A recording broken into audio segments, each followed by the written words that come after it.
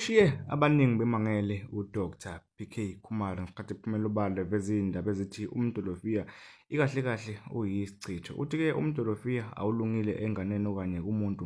Kodwa-ke ngale nje kokukhuluma kakhulu ake uyibukele nansi ividiyo yakhe ngesikhathi ekhuluma veza lezi indaba. Kanti ngaphambilini uveza ukuthi uMdolofia uyabulala.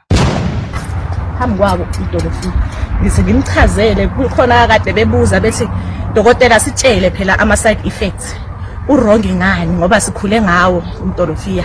uMdolofia automatically uyisichitho.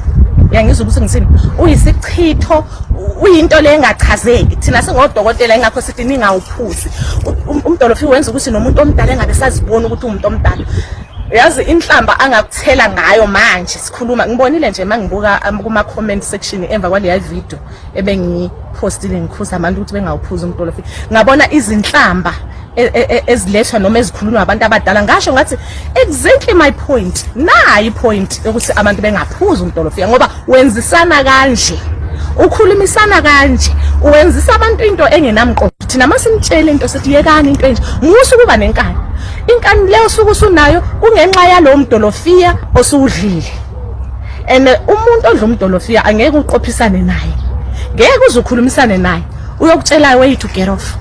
Niyangizwa ukuthi ngithini? Lento iyingozi.